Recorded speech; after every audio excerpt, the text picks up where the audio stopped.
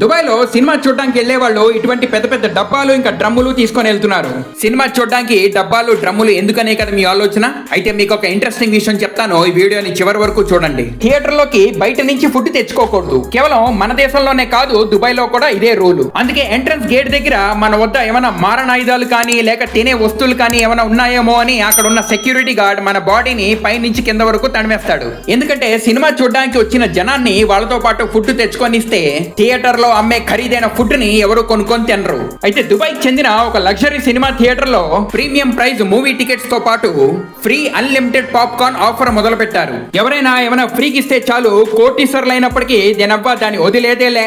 కానీ థియేటర్ లో 20-30 మందికి ఫ్రీ పాప్కార్న్ ఇచ్చిన తర్వాత పాప్కార్న్ పోసే గ్లాసెస్ ఇంకా బకెట్స్ లేవని థియేటర్ వాళ్ళు పాప్కార్న్ ఇవ్వడం ఆపేస్తున్నారు. అందుకే ప్రీమియం ప్రైస్ టికెట్లు కొనుక్కుంటున్న ఈ కోటీశ్వర్లు ఫ్రీ పాప్కార్న్ తినే కక్కుర్తిలో ఇటువంటి డబ్బాలు బకెట్లు డ్రమ్ములు వాళ్ళతో పాటు తీసుకెళ్తున్నారు.